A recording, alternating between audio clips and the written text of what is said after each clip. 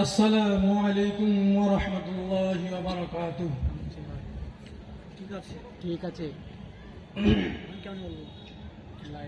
ইন্নাল হামদুলিল্লাহ নাহমাদুহু ওয়া নাস্তাঈনুহু ওয়া নাস্তাগফিরুহু ওয়া নু'মিনু বিহি ওয়া নাতাওয়াক্কালু আলাইহি ওয়া না'উযু বিল্লাহি মিন শুরুরি আনফুসিনা ومن سيئات أعمالنا من يهده الله فلا مضل له ومن يضلله فلا هادي له وأشهد أن لا إله إلا الله وحده لا شريك له وأشهد أن محمدا عبده ورسوله أما بعد أعوذ بالله من الشيطان الرجيم بسم الله الرحمن الرحيم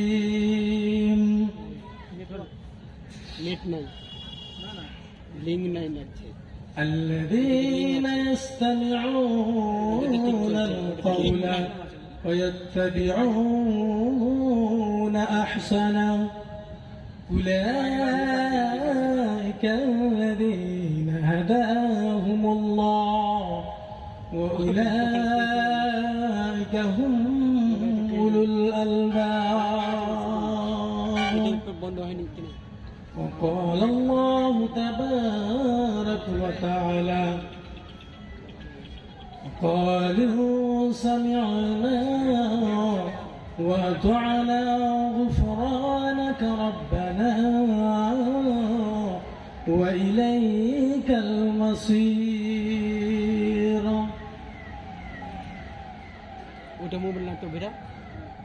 শুনো গো প্রভু মোর এই নিবেদন, তোমাকে খুঁজি আমি বাঁচি যতক্ষণ, আমি বাঁচি যতক্ষণ। শুনো গো প্রভু মোর এই নিবেদন, তোমাকে খুঁজি আমি বাঁচি যতক্ষণ, আমি বাঁচি যতক্ষণ। আকাশের তারাগুলি মিটি মিটি হাসে, জানিয়ে রে তোমাকে কত ভালোবাসে। আকাশের তারাগুলি মিটি মিটি হাসে, জানিয়ে রে তোমাকে কত ভালোবাসে। এদের মনের মতো, এদের মনের মতো কর্মর মন, তোমাকে পুজি আমি বাঁচি যতক্ষণ, আমি বাঁচি যতক্ষণ। প্রবাহিত নদী নালা কুলু কুলু তালে, তোমাকে ডাকে শুধু এরা মনে প্রাণে। প্রবাহিত নদী নালা কুলু কুলু তালে, তোমাকে ডাকে শুধু এরা মনে প্রাণে। আমিও ডাকি যেন তাদের মতন, তোমাকে পুজি আমি বাঁচি যতক্ষণ, আমি বাঁচি যতক্ষণ। থেকে থেকে নিশিরাতে কত পাখি ডাকে, সুখ দুঃখ কি জানে না এরা বড়ই সুখে থাকে। থেকে থেকে নিশিরাতে কত পাখি ডাকে, দুঃখ কি জানে না তারা বড়ই থাকে, সেই সুখে ভরে দাও আমার ওই জীবন। তোমাকে ডাকি শুধু বাঁচি যতক্ষণ, আমি বাঁচি যতক্ষণ। শুনো গো প্রভু মোর এই নিবেদন, তোমাকে পুজি আমি বাঁচি যতক্ষণ, আমি বাঁচি যতক্ষণ। সমস্ত প্রশংসা ওই মহান আল্লাহ তাবারক ওয়া তাআলা, যিনি আমাদেরকে এই জলসার মেহফিলে আসা এবং বসার, কিছু শোনার তৌফিক দান করেছেন। দিক দিগন্ত থেকে ছুটে আসা সকল ভাই ও বন্ধুগণ এবং পর্দার আড়ালে মা ও ভগ্নীগণ, একটুখানি মহাব্বতের টানে হালকা করে আল্লাহ তাআলার প্রশংসা করি, যিনি আমাদেরকে এই জালসা মাহফিলে আসার এবং বসার তৌফিক দান করেছেন। তাই আমরা বলিনি আলহামদুলিল্লাহ। তারপরে তিনি হাবিব আকা নামদার তাজদার মদিনী আহমদ মুস্তফা মোহাম্মদ মুস্তফা সকল পড়ুন সাল্লাল্লাহু আলাইহি ওয়াসাল্লাম। তিনার উপর শত সহস্র কোটি দুরুদ ও সালাম অবতীর্ণ হোক। আল্লাহু সাল্লি আলাইহি আল্লাহু বারিক আলাইহি। আমি আপনাদের সামনে এইমাত্র সূরা জুমারের 17 নম্বর আয়াত তেলাওয়াত করলাম এবং তার সহযোগী সূরা বাকারার শেষ রুকু থেকে একটু কিছু পড়লাম। এই আয়াতকে কেন্দ্রবিন্দু করে কিছু কথা আমাদের সামনে আলোচনা করব ইনশাআল্লাহ। বেশি কিছু কথা না বলে, শিক্ষার চেঁচামেচি না করে, আলতু ফালতু কথা না বলে, যেটা মেন কথা সেটাই বলি। প্রথমে তো বলবো আমি এই ছোটপুর গ্রামবাসীকে যে আপনারা যেখানে আনাচে কানাচে দাঁড়িয়ে আছেন, সেই জায়গাগুলোতে দাঁড়িয়ে না থেকে এই জালসার মেহফিলে এসে বসে যান দয়া করে। সর্বাগে আমি কোরআনের আয়াতের তরজমাটা করে দিই। আল্লাহ পাক রব্বুল আলামিন বলছেন যে মানুষগুলো এই মেহফিলে আসলো, জালসার মেহফিলে আসার পর কিছু কথা শুনলো এবং শোনার পর 10টা 20টা কথা তার মধ্য থেকে মেনে নিল, তার উপরে আমল করলো, তো এই লোকগুলাই হচ্ছে হেদায়েত প্রাপ্ত। এবং আরো তিনি ডিগ্রি দিয়ে বলছেন এই লোকগুলো হলো চালাক। মানুষ যদি বেশি বুঝে সেটা আলাদা ব্যাপার। মেন কথা হলো যেটা, যে আল্লাহ পাক রব্বুল আলামিন বলতে চাইলেন যে কথা শুনতে হবে। আপনি যদি কথা নাই শুনেন তো ফাইসালা করবেন কি করে? দুটো জিনিসের সঙ্গে আল্লাহ পাক রব্বুল আলামিন বেঁধে রেখেছেন একটা জুড়িকে। কি? একটা শুনতে হবে। তাহলে শুনলে কি হবে? আপনার জ্ঞান হবে, বিবেক হবে, বুদ্ধি হবে। 2, চোখে দেখতে হবে। চোখ দিয়ে দেখলে জ্ঞান হয়, বিবেক হয়, বুদ্ধি বাড়ে। তাহলে এই দুটো জিনিসের সঙ্গে বেঁধে রেখেছেন আল্লাহ পাক রব্বুল আলামিন, যে দুটো জিনিস যার মধ্যে থাকবে, যারা দেখবে কিংবা শুনবে তাদের অবশ্যই জ্ঞান বাড়বে। তো এখন শুনলে যে জ্ঞান বাড়ে, এই কথাটা আমি কি দিয়ে বুঝাবো আপনাকে? তো যদি আপনাকে বুঝাতে গিয়ে বলি যে শুনলে যে জ্ঞান বাড়ে, তো একটা কথা বলছি আপনাকে। ইসলামের প্রারম্ভিক কালে একজন লোক ইয়ামান দেশ থেকে এলো মক্কাতে। লোকটার নাম হলো তুফাইল বিন আমর আদ-দাওসী। লোকটা হলেন কবি, বিদ্যান লোক। তখন কিন্তু ইসলাম আত্মপ্রকাশ করে গেছে। তো আসলো কি কারণে? যে মক্কার মুশরিকেরা তারা যদি বুত পূজা করে, তার সত্ত্বেও কাবার তওয়াফ করতে ছাড়তো না। সেই কারণে কাবার তওয়াফ করার জন্য আসলো। তো যখন আসলো, মক্কার গলিতে যখন পা দিল, মক্কার কিছু লোক তাকে বলল, শুনো, তুফাইল তোমার নাম, তোমাকে চিনি, তুমি একটা বিদ্বান লোক, কিন্তু তোমাকে একটা পরামর্শ দিচ্ছি যে আমাদের এই মক্কাতে একটা নওজোয়ান এসে গেছে, আত্মপ্রকাশ করেছে। তার কথাই জাদুগ্রস্ত করে দিয়ে আমাদেরকে ফাটাল ধরিয়ে দিয়েছে, আমাদের মিয়া বিবিতে ঝগড়া লাগিয়ে দিয়েছে, এবং ভাই বোনে আমাদের ঝগড়া লাগিয়ে দিয়েছে। তো সেই লোকটার কাছে ঘেঁষবে না, তার পাশে তুমি যাবে না এবং তার কথা শুনবে না। কেন? শোনার সঙ্গে আক্কেলের সম্পর্ক আছে।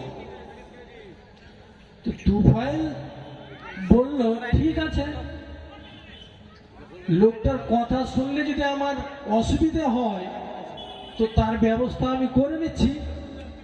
বিশ্বস্ত সূত্রে বলছি, ইতিহাসের পাতা থেকে, তুফাইল বিন আমর তুলোগুলোকে এইভাবে পেঁচিয়ে পেঁচিয়ে কানে গুঁজে নিল, আমার কানে যেন আওয়াজ না আসে, আর আওয়াজ না আসলে আমি বিপদে পড়ব না। তারপরে দুই কানে তুলোগুলোকে গুঁজে কাবার সেহানে যখন পা দিচ্ছে তওয়াফের জন্য, তখন যেন তাকে কে বলছে, তুমি কি এতই বেকুব, তুমি কানে তুলো গুঁজে নিলে এই মূর্খদের কথা শুনে? তুমি তো একটা বিদ্যার লোক, তুমি তো একটা কবি, কে তোমাকে বহাতে পারে? তুমি কথাগুলো মাপতে পারবে না? তুমি নিজে কথাগুলো শুনবে, শোনার পরে মাপবে, তাহলে তুমি বুঝতে পারবে কোনটা ভালো আর মন্দ। অতএব তুমি কানে তুলো দিয়ে আহমকের পরিচয় দিয়েছ। তারপরে তুফাইল বিন আমর কান থেকে তুলোগুলো ফেলে দিলেন। কাবার তওয়াফ শেষ হলো। হওয়ার পরে নবী করিম সাল্লাল্লাহু আলাইহি ওয়াসাল্লাম বসে আছেন কাবার সেহানে। তুফাইল বিন আমর নবী করিম সাল্লাল্লাহু আলাইহি ওয়াসাল্লামের কাছে গিয়ে ভদ্র ভাষায় বলছে, আপনি নবী মুহাম্মদ? নবী বলছেন, জি। আপনি দিনের কথা বলেন? জি। যে কথাগুলো বলেন আমাকে শোনাতে পারবেন? নবী বললেন, জি পারবো। নবী করিম সাল্লাল্লাহু আলাইহি ওয়াসাল্লাম বললেন, আপনার পরিচয়? তো তুফাইল বিন আমর বললেন যে আমি একজন কবি, আমি এসেছি ইয়ামান দেশ থেকে, উচ্চাঙ্গের কবি লিখতে পারি আমি। যদিও আমি ইয়ামান দেশের লোক, কিন্তু আরবি শাস্ত্রে আমার জ্ঞান আছে, অতএব আমাকে আপনি শোনান। নবী করিম সাল্লাল্লাহু আলাইহি ওয়াসাল্লাম বললেন, ঠিক আছে, আমি বলছি, তুমি শুনো। নবী করিম সাল্লাল্লাহু আলাইহি ওয়াসাল্লাম এবার খুতবাটা পড়ে শোনালেন। কি বললেন? ইন্নাল হামদুলিল্লাহ নাহমাদুহু ওয়া নাস্তাঈনুহু ওয়া নাস্তাগফিরুহু এই চারটা বাক্য নবী করিম সাল্লাল্লাহু আলাইহি ওয়াসাল্লাম যখন পড়ে শেষ করেছেন, তুফাইল বিন আমর এইভাবে হাত দিয়ে নবী করিম সাল্লাল্লাহু আলাইহি ওয়াসাল্লামকে বলছেন, থামুন, আর আপনাকে আগে বাড়তে হবে না। নবী করিম সাল্লাল্লাহু আলাইহি ওয়াসাল্লাম বলছেন, আমাকে থামাচ্ছ কেন? তুফাইল বলছেন, কালামুন মা সামি'না মিন ক্বাবল, আপনি যে কথাগুলো আমাকে শোনালেন আর আমি শুনলাম, ইতিপূর্বে আরবের বুকে এই কথাগুলো আমি জীবনে কোনোদিন আমার জীবনে শুনিনি আর শোনাও যায়নি। এটা একটু মন্তব্য হয়ে গেল। তারপরে নবী করিম সাল্লাল্লাহু আলাইহি ওয়াসাল্লাম খুতবাটাকে শেষ করলেন, আর শেষ করার পর এক হাদিসে লেখা আছে যে সূরা বাকারার দুটো আয়াত পড়ে শোনালেন, আর এক রিওয়ায়াতে লেখা আছে সূরা মারিয়ামের দুটো আয়াত পড়ে শোনালেন। যেমনই এই দুটো আয়াতকে পড়ে শোনালেন, শোনার পরে তুফাইল বিন আমর বলছেন, ওয়াল্লাহি লাইসা হাদা কালামুল বাশারি, নবী করিম সাল্লাল্লাহু আলাইহি ওয়াসাল্লাম, আমি আল্লাহর কসম খেয়ে বলছি, আপনি যেই কথাগুলো বললেন আমার সামনে, এখন যে বলছেন আমার সামনে, এগুলো কোনোদিন মানুষের কথা হতে পারে না। কার কথা এগুলো? একটা বেদিন কসম খেয়ে বলছে আল্লাহ যে এগুলো কোনোদিন মানুষের কথা হতে পারে না। কার কথা? আল্লাহর কথা। তো এবার আপনি বলতে পারেন, একটা মুশরিক কি করে আল্লাহর কসম খায়? কোরআনে লেখা আছে গো, কি লেখা আছে? কোরআনে কি লেখা আছে? ওয়ালা ইন সালতাহুম মান খালাকাস সামাওয়াতি ওয়াল আরদ লা ইয়াকুলুনা আল্লাহ, সমস্ত মুশরিককে এক জায়গায় করে একত্রিত করে যদি তুমি তাদেরকে প্রশ্ন করো, জিজ্ঞাসা করো যে বলো তো আসমান এবং জমিনকে কে সৃষ্টি করেছে, তাদের কাছে যদি এই সওয়ালটা রাখো, এই জিজ্ঞাসাটা রাখো, তাহলে সবটি মুশরিক একসঙ্গে তারা বলবে এই যে আসমান আর জমিন সৃষ্টি করেছেন আল্লাহ। তো আল্লাহ সৃষ্টি করেছেন, তো আল্লাহকে মানো না কেন? তারা বলল, কেন মানি না? মানি। আরবের লোক আদি সত্যি কথা বলে, কিন্তু তারাকে যখন বলা হয় তোমরা আল্লাহকে মানো না কেন, তারা বলে কি আল্লাহকে মানি, কিন্তু দোষ হলো এটাই যে তার সঙ্গে 10টা মাটির খোদারকে পূজা করি। তারপরে এই খুতবা শোনার পর ওইখানেই বসে তুফাইল বিন আমর নবী করিম সাল্লাল্লাহু আলাইহি ওয়াসাল্লামকে বলছেন, হুজুর, ইসলাম ধর্মের মধ্যে ঢোকা যাবে? নবী করিম সাল্লাল্লাহু আলাইহি ওয়াসাল্লাম বলছেন, এই পাগল, ইসলাম কাউকে জোরপূর্বক করে না, কারো উপরে বল প্রয়োগ করে না, কারো উপরে জুলুম করে না। ইসলামের দরজা হলো দুটো, একটা দরজা আছে খোলা, এই মনে তুমি ঢুকে যাও, আর 3 দিন থাকবে, 3 দিন থাকার পর তোমার মনে যদি ভালো লাগে তো তুমি থাকবে, আর 3 দিন থাকার পর যদি ভালো না লাগে আর একটা গেট আছে, সেই গেট দিয়ে তুমি বেরিয়ে যাবে, তোমাকে বলা যাবে না কিছু। ওই মাঠে বসে বসে তুফাইল বিন আমর কালমা পড়লেন, বায়াত করলেন। বায়াত করার পর বেরিয়ে যাচ্ছেন, কিছু দূরে আবু জাহেল আর আবু লাহাবের মতন কাফেরেরা, মুশরিকেরা বসে আছে। যখন তাদের কাছে তুফাইল বিন আমর পৌঁছেছে, তো তারা বলছে, তো শেষ হলো, পুরা হয়েছে? তো তুফাইল বিন আমর বলছে, হ্যাঁ। তো ওই যুবকটার কথা কানে যায়নি তো? তুফাইল বিন আমর বলছেন, কানে শুধু যায়নি, কান দিয়ে ঢুকে আমার হৃদয়ের মধ্যে সেই নবী করিম সাল্লাল্লাহু সাল্লাল্লাহু আলাইহি সাল্লামের কথা কিন্তু চলে এসেছে। আমি যদি তোমাদের কথা শুনে কানে তুলো দিয়ে সেই নবীর কথা যদি না শুনতাম তাহলে আমি বড্ড বিপদে পড়তাম, আমি পাপের কাজে থাকতাম। আমি কান থেকে তুলা সরিয়ে ফেলে দিয়ে নবী করিম সাল্লাল্লাহু আলাইহি সাল্লামের কথা শুনে ভাগ্যবান হয়েছি। যেই কথাগুলো নবী করিম সাল্লাল্লাহু আলাইহি সাল্লাম বলছেন সেগুলো কোনোদিন মানুষের গড়ানো কথা হইতে পারে না, কেননা আল্লাহর কথা ছাড়া এগুলো মানুষের কথা নয়। তাহলে কান দিয়ে শুনলে জ্ঞান বাড়ে, এ কথাটা বিশ্বাস হলো? কান দিয়ে শুনলে জ্ঞান হয়, এই কথাটা বিশ্বাস হলো? নবী নূহ আলাইহিস সালামের কওম এত বদমাশ ছিল যে তিনি ৯৫০ বছর ডেকেছিলেন, কিন্তু একটাও লোক ঈমান আনেনি, কয়েকটা লোক ঈমান এনেছিল। কিয়ামতের দিন নবী নূহ ভেজালে পড়ে যাবেন। কি হবে দেখছেন আল্লাহ পাক রব্বুল আলামিন ২৫ হাত, ৫৮ হাত, ৬০ হাত লম্বা লম্বা এই লোকগুলো যে জাহান্নামে যাচ্ছে, এই লোকগুলো কে গো? খবর এলো এগুলো হলো নবী নূহের উম্মত।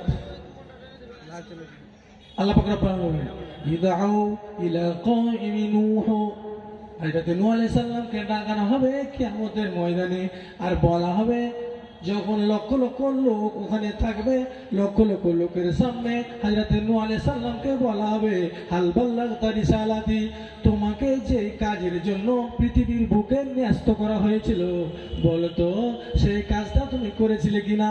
নবী করিম সাল্লাল্লাহু আলাইহি সাল্লাম বলবেন কি, হ্যাঁ করেছিলাম। সবাই এই শয়তানগুলো তার উম্মতগুলো এক বাক্যে বলবেন মা জাআলা মিন নাজির, আল্লাহ পাক রব্বুল আলামিন আমাদের কাছে কোন লোক যায়নি যে আমাদেরকে ডরাবে, আমাদেরকে কিছু কথা বলবে, এরকম কোন লোক যায়নি। নবী নূহ তখন বলবেন আল্লাহ পাক রব্বুল আলামিনকে কি বলবেন?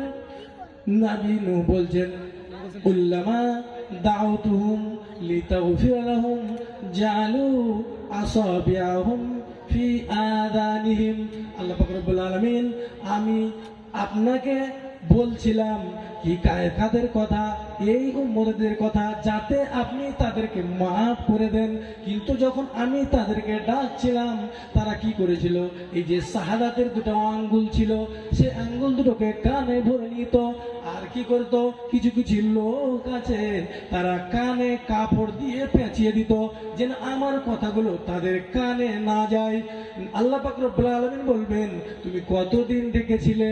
নবী নূহ বলবেন ইয়া রব্বি দাউতু কওমি লাইলান ওয়া নাহারা ফালাম আযিদহুম বিদুআই ইল্লা ফিরারা, আল্লাহ পাক রব্বুল আলামিন আমি তাদেরকে দিবারাত্রি ডেকেছিলাম, এমনকি ৯৫০ বছর ডেকেছিলাম, কিন্তু তারা আমার কথা কেউ শোনেনি, এমনকি আমার বিবিও আমাকে ছেড়ে পালিয়ে গিয়েছিল।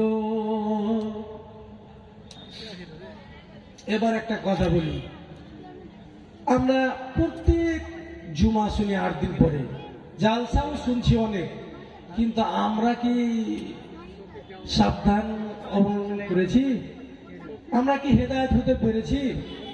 তাহলে নবী নূহের কওমের সাথে আমাদের তালমিল কত?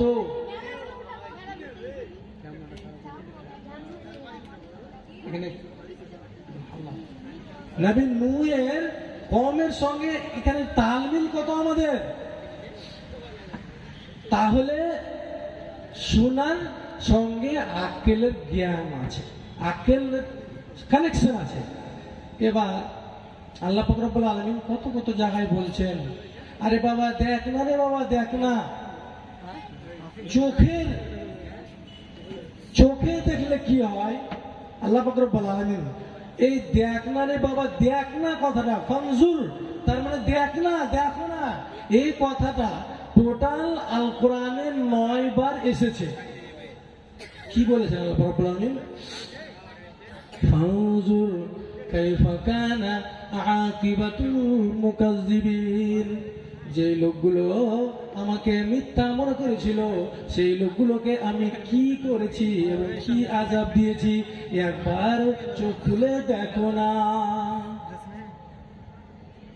তারপর কি বলছেন, ফানজুর কাইফা কানা আকিবাতুল মুনজারিন।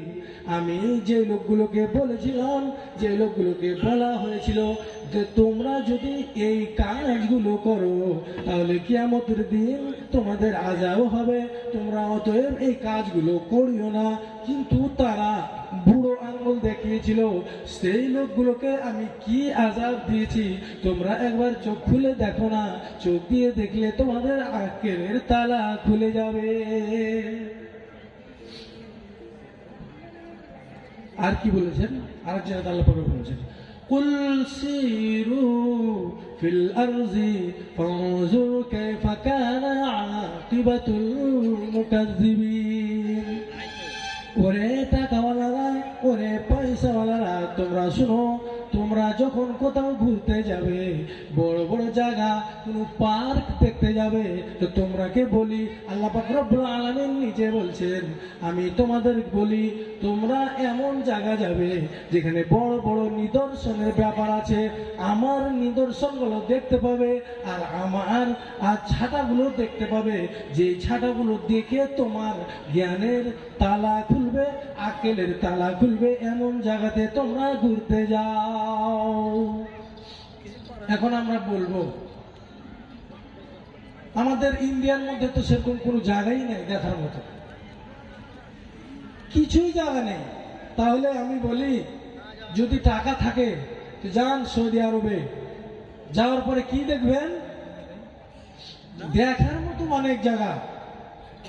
হাজি সাহেবরা হজ করতে যায় তো এরা কি করে, এমন কিছু লোক আছে যদি বলা যায় হজ করতে এসেছি তো চলুন তো উহুদ পাহাড়টা দেখে আসি, নবী সাহেবের দাঁত কোথায় ভেঙেছিল, তো ওখানকার 1 রিয়াল সামান আমাদের ইন্ডিয়ার 20 টাকা। তো কোনো কোনো লোক হিসাব করবে যে 1 রিয়াল সামান 20 টাকা, অর্থাৎ 5 রিয়াল যদি ভাড়া লাগে 100 টাকা লাগবে, এইগুলো দেখে কি হবে, এই করে বুদ্ধ হয়ে হজ করতে গিয়ে বাড়ি ঘুরে ফিরে আসে। কিন্তু আল্লাহ পাক রব্বুল আলামিন বলছেন দেখো, দেখলে তোমাদের আক্কেলের তালা খুলবে। দেখো কি, যেটা মেন কথা সেটা বলছি, মিনা থেকে আরাফার ময়দানে যেতে হয়। তো এখানে লম্বা আছে 2 কিলোমিটার আর প্রায় 60 থেকে 65 কিলোমিটার, 65 হাত চওড়া। তো এই জায়গাগুলোর মধ্যখানে একটা জায়গা আছে, জায়গাটার নাম হলো আরবিতে বলে ওয়াদি মুহাসসার। তো নবী করিম সাল্লাল্লাহু আলাইহি সাল্লাম বললেন যে এই জায়গাটাতে যখন তোমরা বের হবে এই জায়গাটা দিয়ে, তো তোমরা একটা কথা মাথায় রাখবে কি, নবী করিম সাল্লাল্লাহু আলাইহি সাল্লাম যতবার হজে এসেছেন ততবার যখন ওয়াদি মুহাসসারের সামনে এসেছেন তো উটের লাগামটা জোরে জোরে করে টেনেছেন আর উটকে বলেছে এই উট জোরে চল, জোরে চল। এমনকি আব্দুল্লাহ বিন উমার তিনিও হেঁটে হেঁটে যখন যেতেন তো অন্য জায়গাতে যখন যেতেন 20 কিলোমিটার বেগে, আর এই ওয়াদি মুহাসসারের সামনে যখন আসতেন তখন 30 কিলোমিটার বেগে। তো এখানে জোরে জোরে হাঁটবো, এটার কারণটা কি? তো কারণটা কি নিদর্শন হয়েছে, আব্রাহা বাদশাহ কাবাকে ভাঙতে এসেছিল তার সৈন্যবন্ধু নিয়ে, একদল উট নিয়ে, একদল হাতি নিয়ে, তার মিলিটারি নিয়ে। যখন সেই জায়গাটার সামনে আসলো, আসার পর আল্লাহ পাক রব্বুল আলামিন লোহিত সাগরের দিক থেকে একদল আবাবিল পাখি পাঠালেন, তাদের মুখে ছিল ছোট ছোট কাঙ্কর, আর সেই সামনে এসে ওই তাদের মিলিটারির উপরে, তাদের হাতির উপরে টুপ করে ফেলে দিল, সেখানে তাদেরকে সাবার করে দেওয়া হয়েছিল। সেই কারণে আল্লাহ পাক রব্বুল আলামিন সেই জায়গায় কি বলেছেন, আলাম তারা কাইফা ফাআলা রাব্বুকা বিআসহাবিল ফিল আলাম ইয়াজআল কাইদাহুম ফি তাওলিল। লোহিত সাগরের দিক থেকে একদল পাখিকে আমি পাঠালাম, তাই সেই পাখিদের মুখে ছোট ছোট কাঙ্কর ছিল, আর সেই কাঙ্করকে নিয়ে যে ওই আব্রাহা বাদশার সৈন্যর উপরে, আব্রাহা বাদশার উপরে টপ করে যখন ফেলে দিল, সেখানে তাদেরকে মেরে সাবার করে দিল। অতএব এই জায়গাটা হলো গজবের জায়গা, এখানেই আব্রাহা ধ্বংস হয়েছিল। তো যখন তোমরা এই জায়গাটাতে আসবে ওয়াদি মুহাসসারের সামনে, তখন তোমরা আস্তে আস্তে হাঁটবে না, তখন তোমরা দৌড়ে দৌড়ে একটু দৌড়ে দৌড়ে হাঁটবে। তো আপনি যখন দেখবেন, এখন মুল্লি সাহেবের মুখ থেকে শুনলেন যে আব্রাহা বাদশাহ মারা গেছিল কোথায়, তো ওয়াদি মুহাসসারে, এখন শুনলেন আর ওখানে গিয়ে দেখবেন, তখন আপনার জ্ঞান সমৃদ্ধ হবে, আপনি অটোমেটিক আপনার জ্ঞানের তালা খুলবে। আল্লাহ পাক রব্বুল আলামিন বলছেন দেখো, কোন কোন জায়গায় বলছেন ফানজুর, আর আল্লাহ পাক রব্বুল আলামিন বলছেন কোন কোন আলাম তারা। আর কি দেখবেন, দেখার মতো অনেক জায়গা আছে।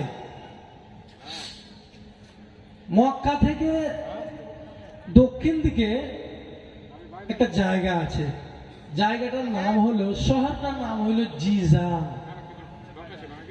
তো মক্কা থেকে 30 রিয়াল ভাড়া নেবে। তো সেখানে যদি যান আর দেখেন, আর দেখে এসে বাড়িতে সেই কোরআনের আয়াতগুলো পড়েন আর মানেগুলো জানেন, তো প্রাণটা ঠান্ডা হয়ে যাবে। তো সেখানে কি আছে এমন, সেখানে একটা মসজিদ আছে,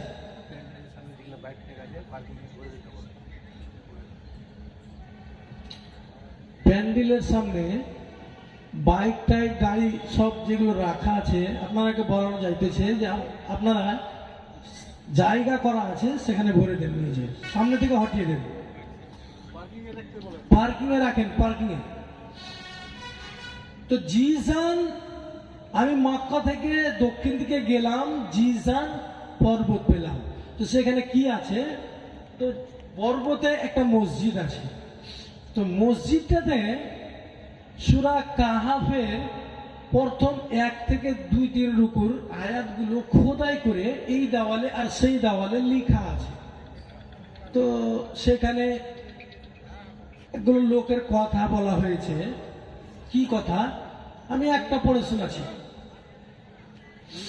নাহনু নাকুসু নাওয়াহুম আলাইকা বিল হক ইন্নাহুম ফিদয়াতুন আমানু বিরাব্বিহিম ওয়াজিদনাহুম হুদা।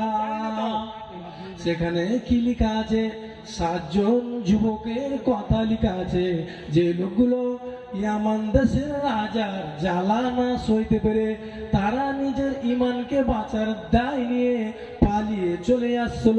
5 দিন 4 দিন 5 দিনের রাস্তা অতিক্রম করে পায়ে হেঁটে এসে সেই জিজান পর্বতের সামনে যখন আসলো, সেখানে জিজান পর্বতে সে গুহা আছে, গুহার মধ্যে ঢুকে গেল। তারা ভাবলো যে এখন যদি তারা আমাদেরকে ধরে নেয় তো আমরা ধরা পড়ে যাব দুশমনের হাতে। অতএব গুহাতে ঢুকলো, ঢুকার পরে আল্লাহ পাক রব্বুল আলামিনের কাছে তারা দোয়া করলো, আল্লাহ পাক রব্বুল আলামিন আমাদেরকে এই গুহার মধ্যে আমাদের আরামের ব্যবস্থা করে দেন। আল্লাহ পাক রব্বুল আলামিন তাদের সেখানে আরামের ব্যবস্থা করে দিয়েছিলেন। কি আরাম করলো, তাদের 7 জন যুবক ছিল এবং তাদের সঙ্গে একটা কুত্তা ছিল। তো আরাম করতে লাগলো, মানে ঘুমাতে গেল। তো ঘুমাতে গেল, তো কদিন ঘুমালো, 309 বছর, মাত্র 309 বছর ঘুমালো। তো বলবেন যে একটা লোক 309 বছর ঘুমাবে, তো এক পথে থাকে কি করে? আল্লাহ পাক রব্বুল আলামিন বলছেন, ওয়ানুকাল্লিবুহুম যাতাল ইয়ামিন ওয়া যাতাস শিমাল ওয়া কলবুহুম বাসিতু যিরাইহি বিল ওয়াসিদ। আল্লাহ তাআলার কুদরতি নিয়মে যেটা আছে, মানুষ রাত্রিবেলায় যখন ঘুমায়, ঘুমাতে গেলেও তার জ্ঞান না থাকতে গেলেও সে নিজে নিজে এই দিক থেকে সেদিক হয়ে যায়। এটা হলো আল্লাহর করা কুদরতি নিয়ম।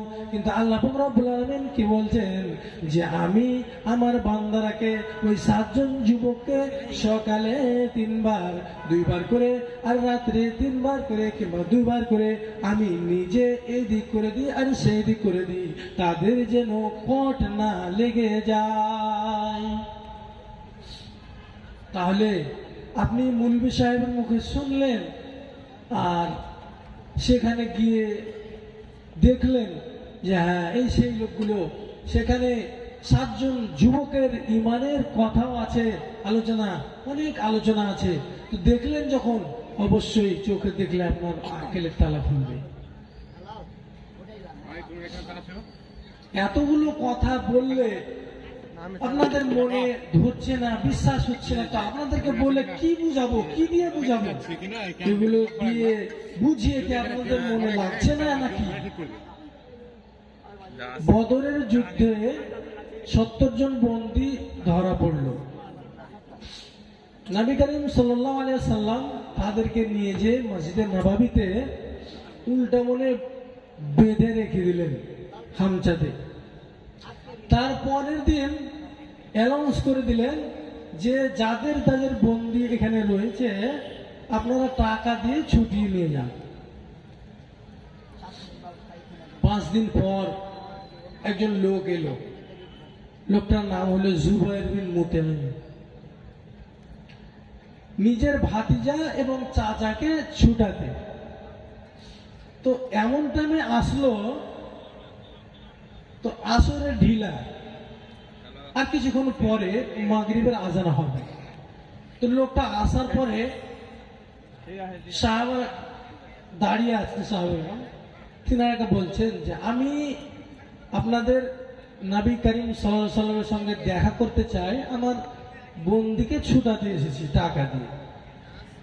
তো তিনাকে বলা হলো যে আপনি এখানে 10 মিনিট বসুন, একটু পরে উজু হবে, 5 মিনিট পরে আজান হবে, তারপরে নমাজ হবে, তারপরে নবী করিম সাল্লাল্লাহু আলাইহি ওয়াসাল্লামের সঙ্গে কথা বলবেন আর ছুটিয়ে নিয়ে যাবেন। তো উজু হলো, আজান হলো, এবার জামাত আরম্ভ হবে। জুবাইর বিন মুতাইম, এই বেদিন লোকটা, মুশরিক লোকটা সাহাবারাকে ডেকে বলছে, আচ্ছা তোমরা কি বলে নামাজ পড়ো এটা আমি কোনোদিন দেখিনি, আর তোমাদের নবী কিভাবে নামাজ পড়ায় সেটাও আমি ডাইরেক্ট দেখিনি। তো আমি তো একটা মুশরিক, তোমরা এখন নামাজ পড়বে, তা আমি কি জানালার পাশে দাঁড়িয়ে তোমাদের দৃশ্যটা দেখতে পাবো? এটা অনুমতি আছে তো? তো সাহাবাগণ বললেন, এ পাগল, মুসলমান কোনোদিন কাউকে, ইসলামে কোনোদিন কাউকে কোনোদিন বাধা দেয় না। তুমি আগ্রহ সহকারে তুমি জানালার পাশে দাঁড়াও, আর আমরা কি বলে নামাজ পড়াচ্ছি সেটা শুনো আর জানো। জামাত আরম্ভ হলো। নবী করিম সাল্লাল্লাহু আলাইহি ওয়াসাল্লাম জামাত আরম্ভ করলেন। তো প্রথমে সূরা ফাতিহা পড়লেন, তারপরে নবী করিম সাল্লাল্লাহু আলাইহি ওয়াসাল্লাম সূরা তুরের তিলাওয়াত আরম্ভ করেছেন। কি বলছেন? ইন্না আযাবি রাব্বিকা লাওয়াকি' লাইসা লাহু মিন দাফি' ইয়াওমা তামুরুস সামাa'ু মাওরা ওয়া তাসিরুল জিবালু সাইরা ওয়াইলু ইয়াওমাইযিল লিল মুকাযযিবিন। 4টা আয়াত, 5টা আয়াত শুনলো। জুবাইর বিন মুতাইম বলছে, আমার পা কাঁপতে লাগলো, আমি আর পারলাম না, চলে আসলাম জানালার পাশে থেকে। তো নবী করিম সাল্লাল্লাহু আলাইহি ওয়াসাল্লাম কি বললেন? তো কিয়ামত সংগঠিত হবে সেই কথাগুলো খুদাই করে লেখা আছে, সেই কথাগুলো বললেন। কি লেখা আছে? যেদিন আসমানটাকে ছিঁড়ে দেওয়া। যেদিন আসমানটাকে ছিঁড়ে দেওয়া কাগজের মতো জমিনে ফেলে দেওয়া হবে, যেদিন হিমালয় পাহাড়টা চোখের সামনে ধূলিকণার মতো উড়ে বেড়াবে, সেই দিন যারা মিথ্যাবাদী তাদের বড় বিপদ হবে, বড্ড বিপদ হবে।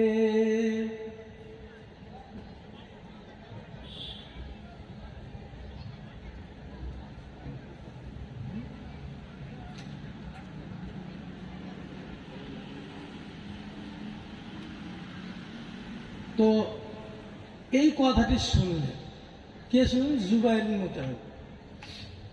এবার তার চাচা এবং ভাতিজাকে ছুটিয়ে নিল, বাড়ি চলে গেল। এবার বুখারী শরীফের রাওয়ায়াতে কি লেখা আছে?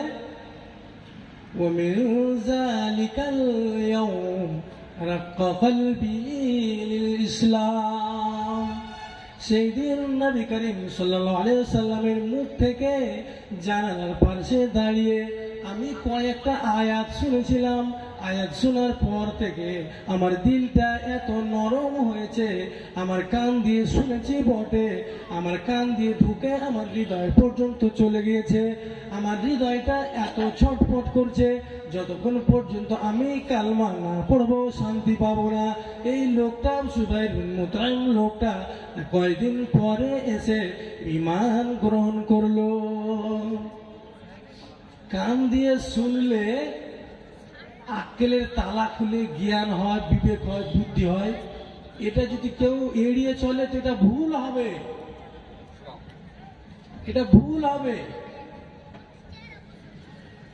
চোখ দিয়ে দেখলে যে জ্ঞান বাড়ে, তো একটা কথা বলি, হযরত জাকারিয়া আলাইহিস সালামকে নাম তো শুনেছেন আপনারা। জাকারিয়া আলাইহিস সালাম ছিলেন বন্ধা, তিনার বাচ্চা হয়নি। তো হযরত জাকারিয়া আলাইহিস সালাম তিনার সাড়ু বেটি হযরত মারিয়াম, তিনার মারিয়ামের মা কসম খেয়েছিলেন যদি আমার ছেলেটা যখন হবে বাইতুল মুকদ্দাস মসজিদের খাদেম বানাবো, আমি দান করে দিব।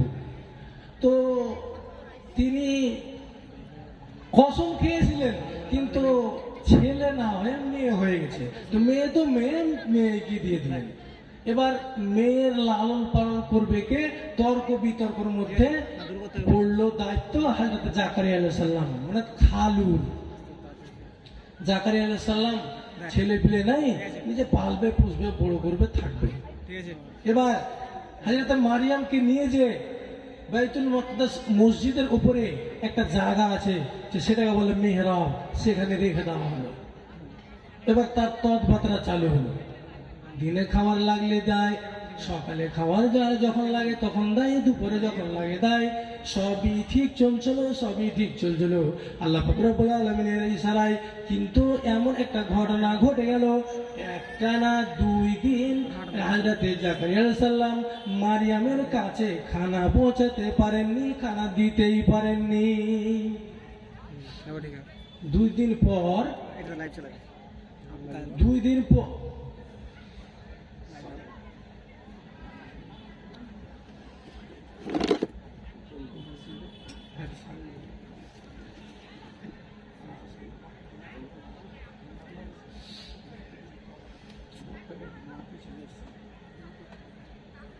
ঠিক আছে। তা জাকারিয়া আলাইহিস সালাম যখন খেয়ালে আসলো, তখন আরে আমি তো মারিয়ামের কাছে খানা পৌঁছাতে পারিনি। ইন্না লিল্লাহ, দৌড়ে যায়। সিঁড়ি বেয়ে যখন উপরে যাচ্ছে, গেট খুলে তিনার মনে 10 আর 5 মারা গেছে বাচ্চাটা না জিন্দা আছে। গেট খুলে সর্বপ্রথম হযরত মারিয়ামের দিকে নজর পড়ল। তিনি ভেবেছিলেন মারা গেছে, তো দেখছেন তাজা হয়ে হযরত মারিয়াম বসে আছেন। তারপরে তার সামনে এক বড় প্লেট খানা রাখা আছে, চিড়ে ফল রাখা আছে, আম আছে, জাম আছে, কাঁঠাল আছে, লিচু আছে, সপাট আছে। এই দেখে তিনার মনে একটা প্রশ্ন হলো, আন্না লাকি হাজা, ও আমার মেয়ে মারিয়াম বলো তো এই ফলগুলো তোমাকে কে দিল? আমি তো দিনি, আমি তো আসিনি, কে তোমাকে দিয়ে গেল বলো তো? কোচি মেয়ে কেবল কথা বলতে পারছে।